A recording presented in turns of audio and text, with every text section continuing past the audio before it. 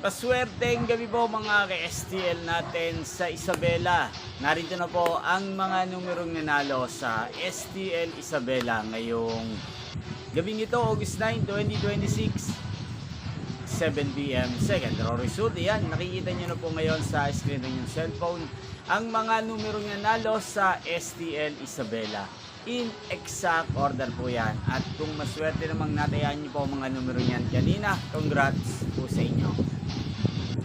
Araw-araw nyo rin pong napapanood ang resulta ng STL Isabela sa channel na to tuwing 1 p.m. at 7 p.m.